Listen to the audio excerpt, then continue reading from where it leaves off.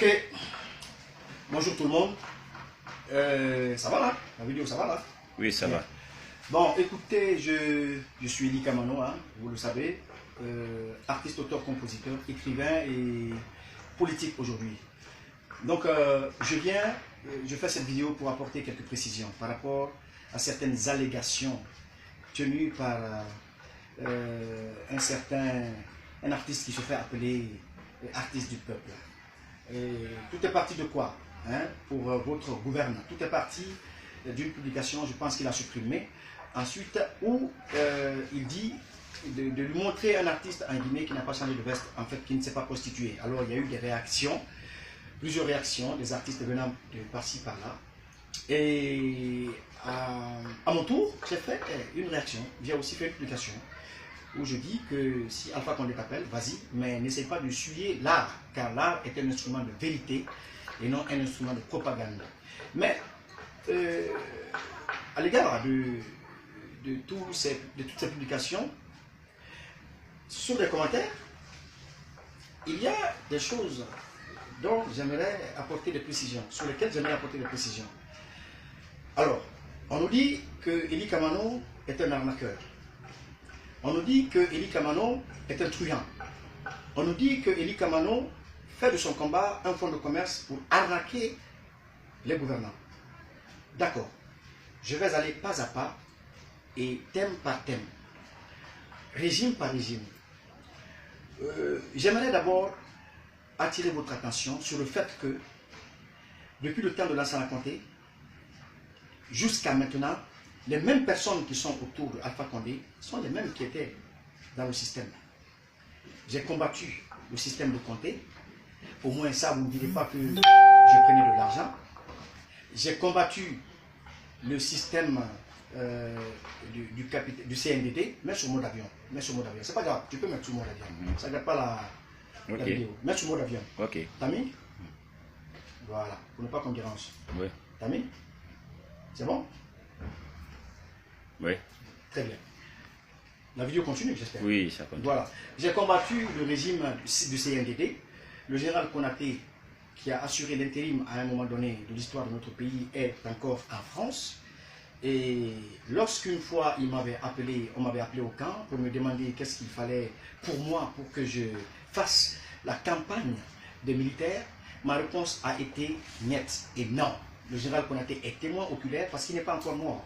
Et les journalistes, je fais cette vidéo et avec des preuves à l'appui, donc vous pourrez vérifier après. Donc, j'ai dit non au CNDD et vous savez ce que j'avais fait aussi. Et il y a eu les élections en Guinée en 2010 et un président a été élu, civil, démocratiquement, comme on le dit, entre guillemets. Donc, 4 ans après, moi j'ai commencé mon combat contre ce régime parce que j'ai compris que ce régime ne prenait pas en compte les attentes de la population. Ma première arrestation, c'était même pas une arrestation, c'était un kidnapping, un enlèvement. C'était lorsqu'il y avait Ebola dans notre pays, à UNICEF, si vous avez bonne souvenance, les policiers sont venus encercler le bâtiment. Ils ne sont pas rentrés parce que c'est une maison onusienne, donc ils ne pouvaient pas entrer et m'arrêter là-bas. Ils attendaient que je sorte pour tomber sur moi. Et qu'est-ce qui s'est passé? J'ai été informé. Alors j'ai appelé le ministre Gassama, qui était à l'époque le ministre des Droits de l'Homme. J'ai appelé monsieur Tierno Aliou Diané, qui était qui nous avait mis sur le projet. Donc, on a appelé aussi certains journalistes qui sont venus. Alors, nous sommes sortis. Ces policiers, ça marche là? Oui. Ces policiers sont venus pour m'arrêter. C'est ainsi que le ministre de la vie. Pourquoi vous voulez l'arrêter? Ils disent non, on l'arrête parce que on est dans une mission, on a été envoyé. Ils disent par qui? Ils disent par la DPJ. On était dans la DPJ. Arrivé, la DPJ dit qu'elle ne connaît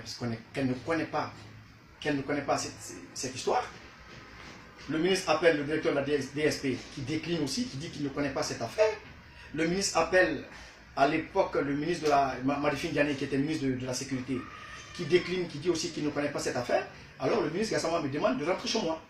Je rentre chez moi. Le lendemain, c'est un huissier de justice qui me dépose une convocation et que le ministère public, le procureur de la République portait plainte contre moi au nom du président Alpha Condé. D'accord. Je viens, je réponds à ma convocation.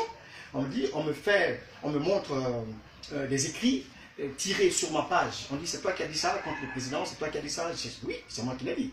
Et j'ai assumé. Je dis, vous voyez bien que c'est sur ma page. Donc, le combat contre ce système a commencé là. Alors, vu mes sorties médiatiques multipliées, un jour, on m'appelle pour me dire que le président doit aller à Kalita, de venir avec eux afin de renouer ou de nouer contact avec le président. Je dis non, j'en ai pas besoin. Ils m'ont appelé, l'actuel ministre Talibé, principalement qui était directeur, je ne sais pas, du projet, m'a fait venir en ville. Ils m'ont proposé 50 millions comme carburant. Je dis non, je ne peux pas venir.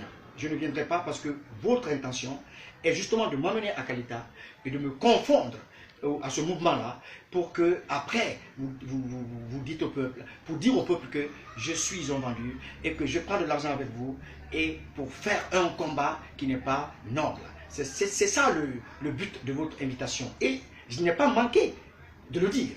Ils m'ont dit non, c'est ton papa qui t'appelle, il faut venir. Je dis je ne viendrai pas. Sous insistance d'un grand frère artiste, justement par lequel ils étaient passés, donc, dont je tais le nom, j'ai accepté de prendre l'argent. J'ai dit au grand frère dans ma voiture, je dis je n'irai pas. Je n'irai pas parce que je ne veux pas que quelqu'un me prenne en photo, que quelqu'un me filme avec le président Alpha Condé, sous prétexte que je suis l'artiste le plus satirique en Guinée et qu'il serait aussi bien que j'aille voir les réalisations du président Alpha Condé à Kalita. Je dis, ce qu'il fait à Kalita, c'est normal. S'il le fait, s'il le réalise, c'est lui le président de la République. S'il réalise quelque chose, mais c'est tout à fait normal, il est là pour ça. Mais s'il ne le fait pas, d'autres viendront le faire à sa place. Donc, je suis rentré chez moi et le frère en question, l'artiste frère en question, a pris 10 millions. Je suis rentré chez moi. Le lendemain, j'ai fermé mon téléphone. Je ne suis pas parti. Parce que je suis guinéen. D'ailleurs, cette histoire, je l'ai fait savoir aux Guinéens il y a très longtemps. Je l'ai dit dans les radios, je l'ai dit dans mes sorties médiatiques, je l'ai dit dans les vidéos. Je n'ai pas à rendre compte à quelqu'un parce que tu as tenté de me corrompre et qu'au cours de cette corruption, ça n'a pas marché. Je n'ai rien à foutre. Deuxièmement, je continue ma lutte, je continue mon combat. Et dans la foulée, il y a cette histoire de promoteurs du troisième mandat. Des gens qui se lèvent par-ci par-là, pas les moindres, au sein du gouvernement et de la mouvance qui faisaient la promotion du troisième mandat et tout. J'ai organisé une manifestation, vous êtes au courant, ou ceux qui ont suivi ça aussi, en 2017, pour dénoncer les promoteurs du troisième mandat. J'avais été arrêté au niveau de la Tamérie et conduit aussi à la DPJ, où j'ai passé une nuit, libéré le lendemain. Dans la foulée, il y a aussi cette question de l'école guinéenne. Cette cacophonie, cette impasse entre le gouvernement et les syndicalistes, alors m'a amené à sortir de mon silence. En tant que citoyen, en tant qu'activiste et militant des droits de l'homme et des Guinéens, j'ai pris mon bâton de pèlerin, je suis allé dans les grandes gueules, j'ai demandé à ce que l'État fasse des concessions, sinon dans 2 jours, j'allais appeler des jeunes à descendre dans la rue afin que les enfants retrouvent le chemin de l'école. Le lendemain, c'est des gendarmes qui sont venus chez moi, qui ont tiré dans tous les sens et qui m'ont arrêté, qui m'ont emmené à la sûreté pour me libérer le lendemain. Dans la même foulée, je suis allé, un jour j'étais assis chez moi. Assis chez moi, j'apprends sur les réseaux sociaux que Bokeh, il y a 2 morts. 2 jeunes parce qu'ils contestaient par rapport au délestage et par rapport au manque d'eau aussi. Donc, je me suis déplacé avec quelques amis, je leur ai dit, ce n'est pas normal qu'on reste silencieux devant cette situation. Le gouverneur avait fui, le préfet avait fui. Il n'y avait aucun interlocuteur qui pouvait parler à cette population. La jeunesse avait régné en maître dans les rues de Bokeh. J'ai pris ma voiture à mes propres frais, je suis venu à Bokeh. Arrivé à Kolabouni, j'ai trouvé plus de 100 et quelques taxis, voitures garées qui ne pouvaient pas partir vers Bokeh parce que la crise avait duré plus d'1 semaine. Alors, je suis parti et rentré à Bokeh, arrivé à Bokeh, vous connaissez la suite, ce qui s'est passé. C'est lors de cette intervention que pour la première fois, j'ai eu à communiquer avec le président Alpha Condé. Moi, je ne connaissais pas son numéro. Par l'intermédiaire, par le biais de qui? Par le biais de Capi, aujourd'hui qui est le directeur de l'OGP. C'est Capi qui m'appelle au téléphone qui me dit « Eli ne quitte pas pour le président ». Je dis « Ok ». Je prends le téléphone, je parle avec lui. Il me dit « Ah ben Eli, écoute, moi tu es un révolutionnaire, tu sais, mais moi aussi je suis un panafricaniste. Tu sais, tu ne peux pas faire des choses comme ça sans me demander et tout. » Je dis « Mais ce que j'ai fait, je l'ai fait par patriotisme. Parce que j'aime mon pays. Pour ça, je ne vous attendrai pas que vous me donniez des instructions ou des recommandations pour aller intervenir dans une zone de crise où ma jeunesse se fait assassiner. Je ne le ferai pas. Donc, ce que je vous demande, Monsieur le Président, c'est de faire en sorte que demain, les groupes électrogènes soient là. Et heureusement que le lendemain, les groupes électrogènes sont arrivés. J'ai quitté Bokeh. Je suis allé à Kamsa où il y avait une crise. J'ai trouvé que les jeunes avaient brûlé une voiture au niveau du marché. Je suis venu, pour ceux de Kamsa qui suivront cette image et qui étaient là-bas ce jour, ils pourront témoigner. Je suis venu, j'ai demandé aux jeunes de lever le barrage. Ils ont levé le barrage. Hier, je les ai invités à me suivre. Ils m'ont suivi. On est allé à un grand carrefour où j'ai passé des messages. Je leur ai dit ceci. Lorsque vous mettez des barrages dans la rue, ce n'est pas sur le gouvernement que vous jouez, mais plutôt sur vos concitoyens. Parce que vous les empêchez de circuler et de vaquer à leurs occupations. Mais, par contre, vous pouvez aller sur les rails là, parce que tous les jours, la terre de nos ancêtres ou les terres de vos ancêtres sont exploitées et exportées sur ces rails. Quand vous vous révoltez prochainement, attaquez-vous à ces rails-là. Les jeunes ont applaudi et ils ont levé les barrages, ils ont quitté, ils ont libéré la route. Je suis rentré. Dans la même foulée, un jour j'étais assis chez moi, je vois sur les réseaux sociaux que un Guinéen qui s'appelle Portos, que je ne connaissais ni d'herbe ni d'Adam, comment dirais-je, veut être expulsé, on veut être expulsé, est menacé d'expulsion pour au profit d'un Libanais. Je m'excuse, je pensais à quelque chose là qui m'est revenu. Voilà, il était menacé d'expulsion au profit d'un Libanais. Donc, lorsque j'ai vu la publication, en tant que citoyen, en tant que Guinéen, connaissant le traitement inhumain qu'on réserve à nos frères guinéens à l'étranger, à nos frères africains noirs à l'étranger, dans les pays maghrébins, dans les pays arabes, au Liban là-bas, en Algérie, en Tunisie, et au Koweït, en Libye, je me suis déplacé. Parce que c'est le seul pays où un étranger peut arriver et faire arrêter et emprisonner un autochtone, un Guinéen. La Guinée, ce pays. Je suis allé, j'ai intervenu et certains ont vu la vidéo circuler sur la toile. Et parlant de ça, je m'arrête ici pour dire à ceux qui disent que Eli Kamano troque son combat et sa dignité contre quelques billets, que ce combat, pour qu'il le permisse, il va falloir qu'il passe 20 ans en train de parler aux Guinéens.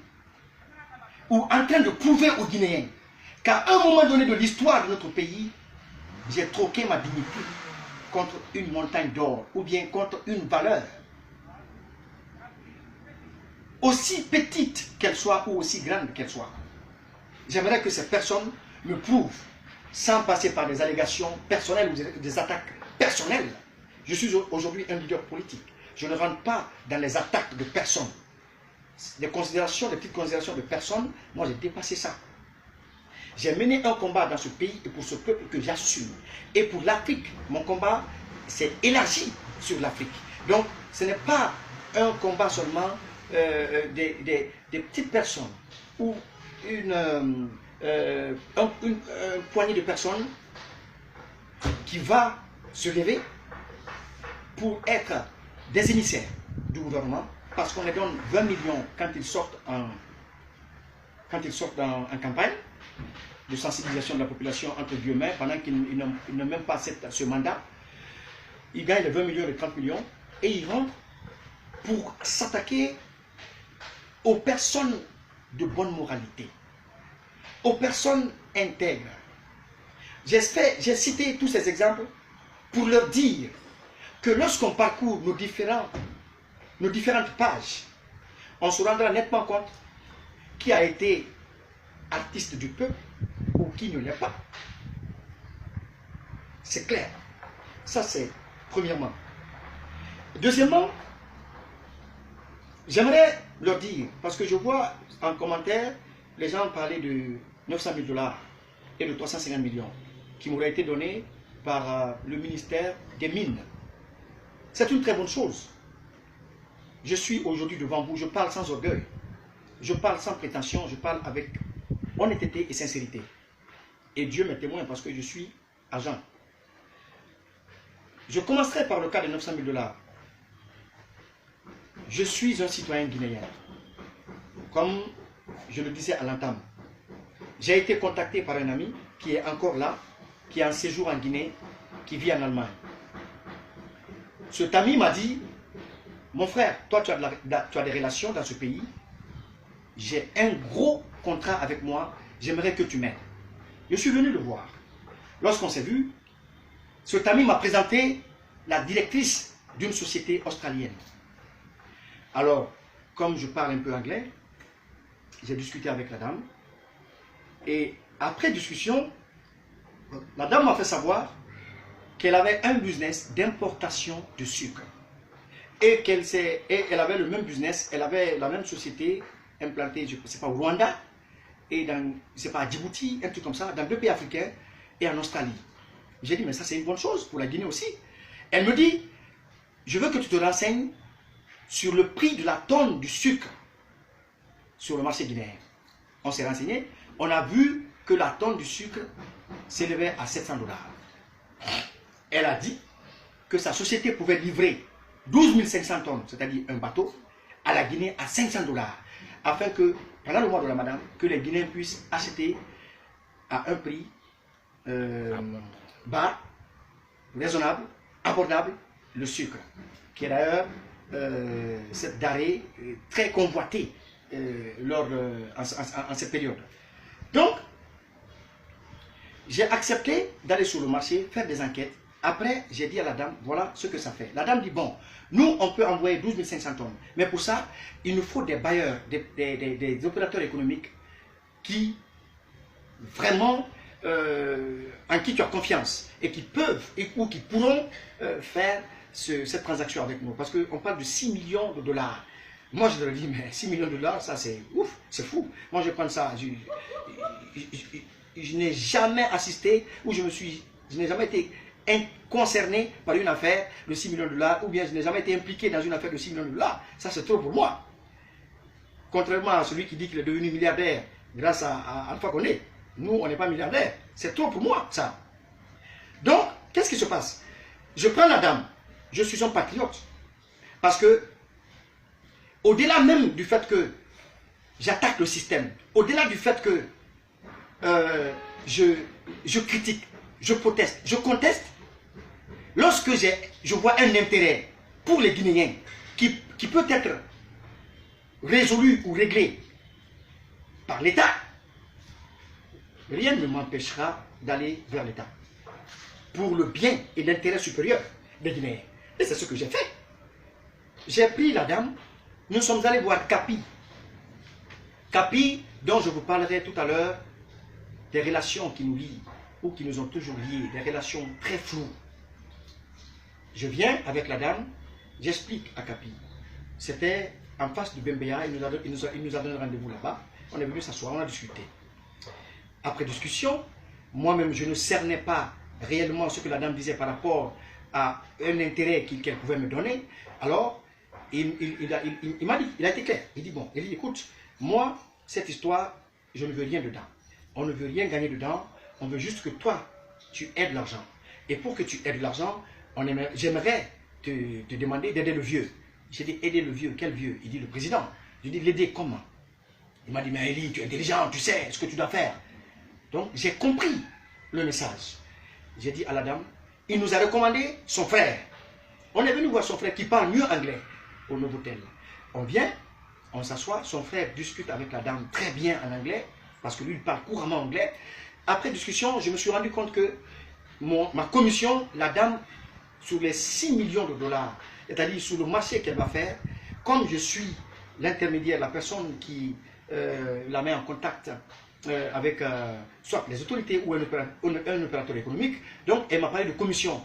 chose que je ne connaissais pas, parce que ce n'est pas mon domaine, je ne maîtrisais pas ça. Elle me dit, tu as une commission. Je dis, ah bon? Elle dit oui. Elle dit, je dois faire un contrat avec toi. Et toi et ton ami, qui nous a mis, toi et moi, en contact. Je dis, ah ok. Et dans cette commission, mon ami et moi, elle fait un calcul, et ce calcul tombe sur 900 000 $ comme commission pour moi. Lorsque la dame m'a dit ça, je dis, quoi? Je dis donc, attends, si je comprends, si tu envoies le bateau de 12 500 tonnes et que la marchandise est écoulée, c'est ce que moi je vais gagner? Elle dit, oui, c'est ce que tu vas gagner. Je dis, ben, ça c'est trop. La dame dit, mais écoute, tu es un artiste très connu, tu as envie de faire la politique, il faut que tu aies de l'argent, des moyens pour, voilà, pour faire ta politique. Donc, au fond de moi, je me suis dit, il y a problème. Il y a problème parce que je sais que ces gens-là vont me demander en retour de faire quelque chose que je ne pourrais jamais faire pour que j'ai les 900 000 $. Et effectivement, c'est comme ça que ça s'est passé. Alors, Kapi, il dit ça à Alpha Condé, au président. Il le dit à Kili Bangoula. Ces gens lui disent, tu sais que Eli c'est quelqu'un qui n'est pas fiable. Politiquement, ne fais pas de deal avec lui. Parce que si tu fais un deal avec lui, il ne va jamais respecter ses engagements. Parce qu'on connaît comment il est. C'est quelqu'un, il va nous dire oui, je suis avec vous, mais il n'est pas avec vous.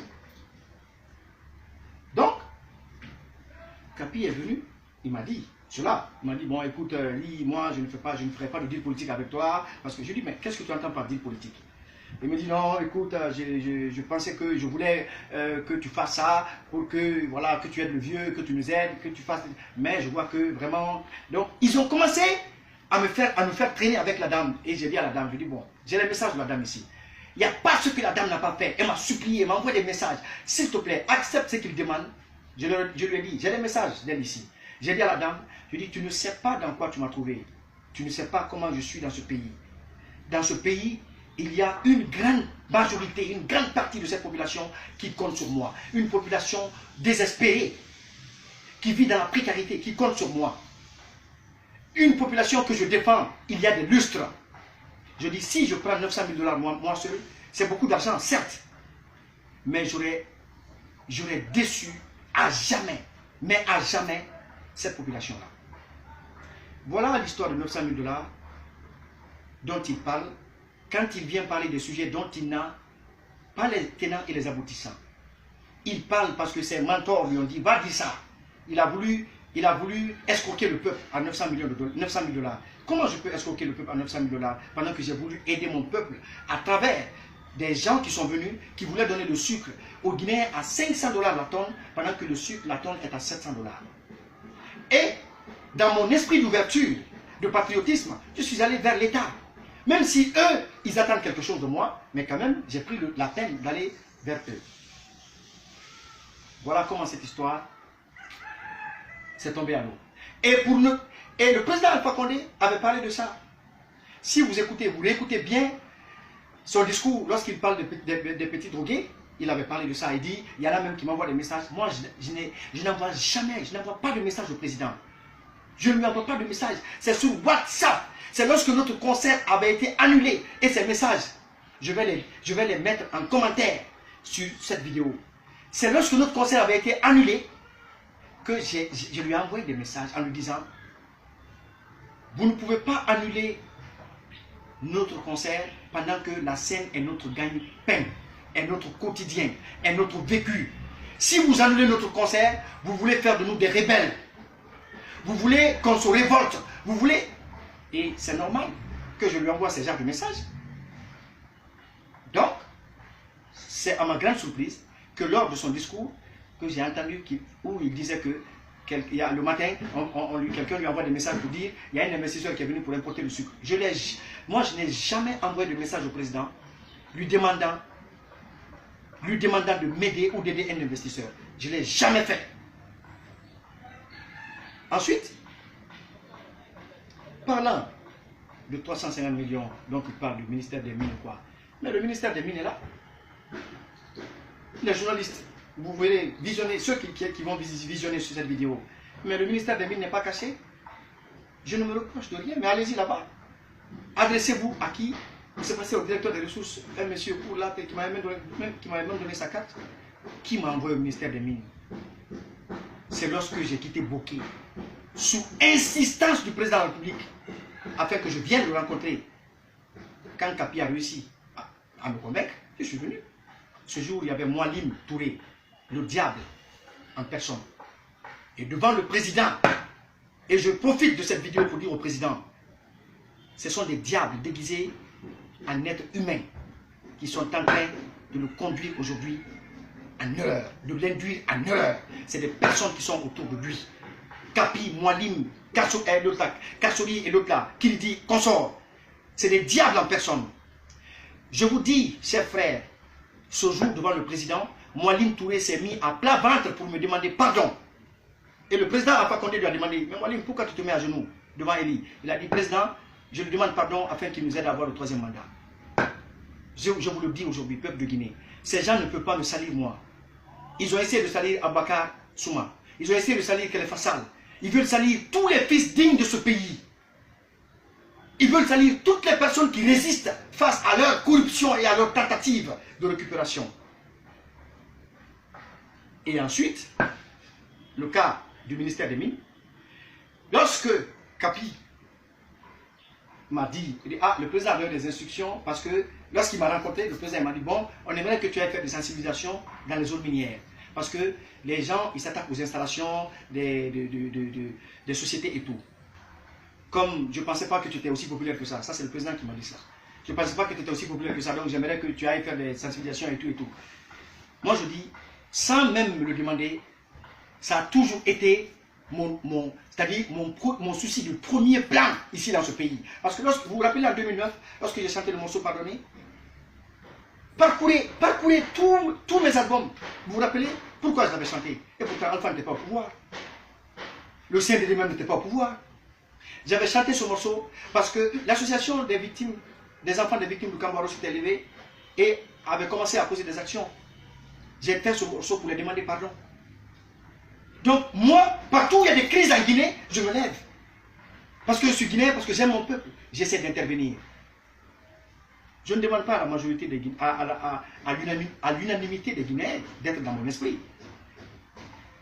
Mais je sais que la majorité est dans mon esprit. Parlant des fréquentations que j'ai, je vais finir d'abord avec les 350 millions. Donc, ils ont demandé à ce que je vienne parce que les sociétés, les représentants de ces sociétés étaient en réunion. Donc, ils ont demandé à ces sociétés de se mobiliser afin de mettre les moyens à ma disposition pour que j'aille sensibiliser les jeunes.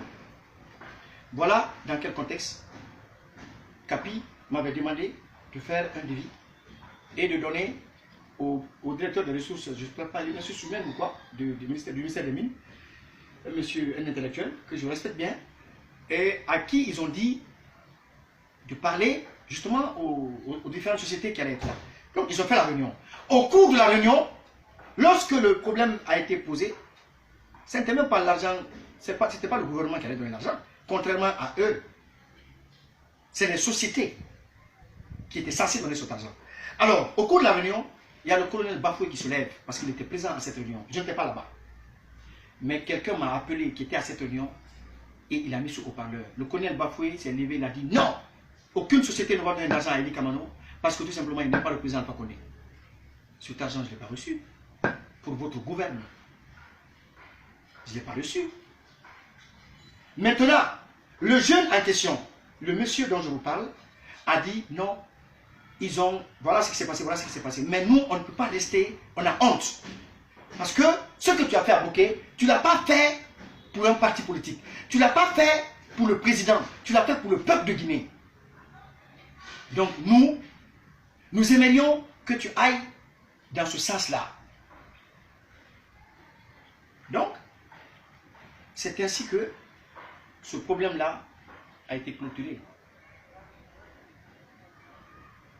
Maintenant, parlant de Kapi et de ces artistes-là. D'abord, Kapi, c'est le El Maestro. La main noire du système qui va récupérer des gens qui sont dans l'opposition, pas dans l'opposition politique, mais qui sont opposés au système, qui va les récupérer et qui va les coopter pour essayer de les embarquer dans le bateau. Ça n'a pas marché avec moi. Parce que si ça avait marché avec moi, tenez-vous bien, il parle de 100 millions. J'ai vu quelqu'un encore qui parle de 100 millions là-bas, sous les commentaires. Un de ces artistes-là, qui parlait de 100 millions. Mais que représente 100 millions pour un système, pour acheter un Eli Kamano? Ils disent que j'ai demandé 100 millions et que le gouvernement a refusé. Pendant qu'ils ne savent pas que le jour où j'ai rencontré le président Alpha Condé, le fait de me rencontrer seulement, quand il m'a rencontré seulement, il m'a donné 200 millions. Et lorsqu'il a mis les 200 millions, j'ai demandé c'était pourquoi.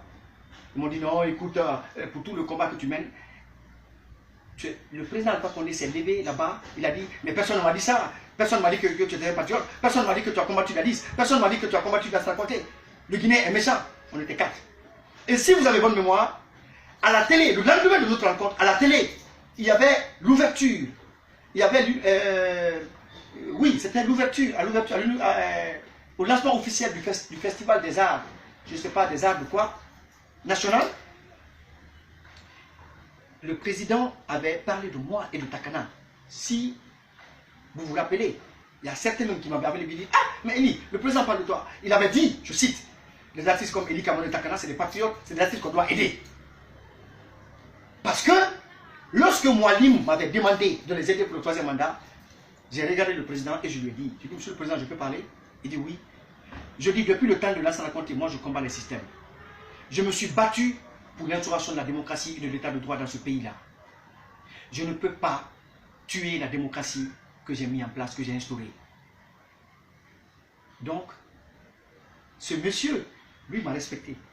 Mais les fanfarons qui sont autour de lui, les abeilles qui ne se fatiguent jamais, qui continuent à vilipender des personnes intègres, avec des diatribes, des allégations mensongères qui montent de toutes les pièces, pour venir constiper la conscience du peuple. Mais ils ne réussiront pas. Ils ne réussiront pas. Moi, je n'ai jamais cherché à rencontrer le président Alpha Condé. Le président Alpha Condé, si tu écoutes, si tu visionnes, si vous visionnez cette vidéo, excusez-moi de vous avoir tutoyé, si vous visionnez cette vidéo, les gens qui sont autour de vous, vous avez fait une grosse erreur de casting.